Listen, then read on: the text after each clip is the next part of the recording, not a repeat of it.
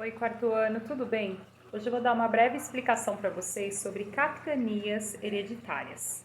Vocês vão estudar um pouquinho isso no livro de História, na página 68 em diante, mas eu vou dar uma breve explicação.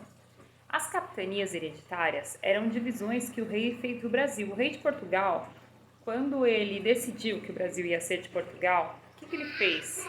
Era uma terra muito grande, então ele dividiu essa terra em capitanias, eram lotes de terras enormes, certo? E elas chamavam hereditárias porque essas capitanias era de pai para filho. Se o dono da capitania morresse, o filho do dono ficava com a capitania, então ela é chamada de capitania hereditárias.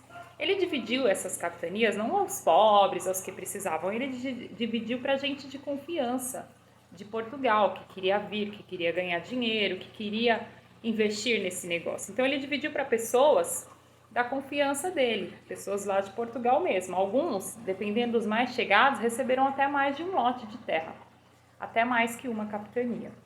Na página 69 tem aqui, ó, 2 mapas.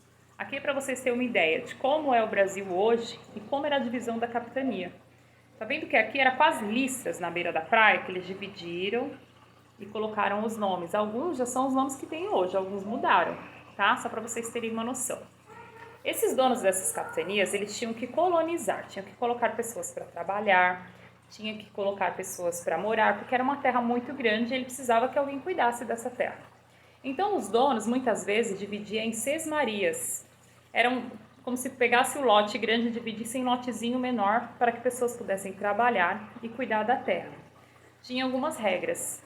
O que ele plantasse, ele podia ficar para ele. Se ele criasse animais, o dinheiro que ele ganhasse com a terra era para ele. Mas se ele encontrasse ouro ou alguma riqueza, pedra preciosa, esse ouro era do rei de Portugal. Não poderia ficar com esse ouro.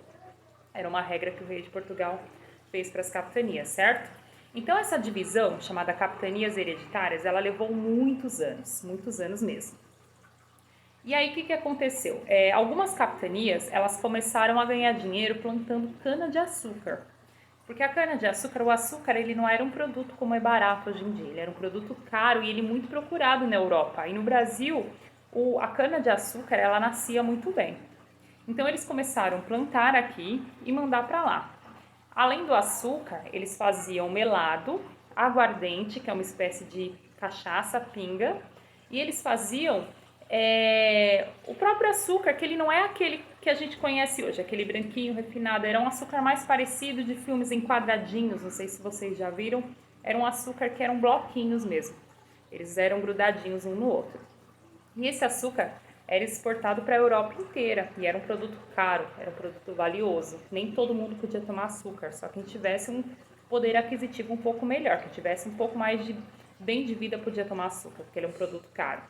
Só que com isso, o que aconteceu? Os donos tinham muito trabalho, porque começou a dar dinheiro, começou a plantação, e eles começaram a escravizar a mão de obra. Eles começaram a capturar índios para poder cuidar desse plantio, dessa colheita. Eles começaram a escravizar os índios e no começo eles até tentaram negociar com os índios, mas depois eles começaram a escravizar os índios mesmo, forçar eles a fazer o trabalho para poder conseguir plantar, colher e produzir tudo aquilo, porque a quantidade de produção deles aumentaram muito, certo?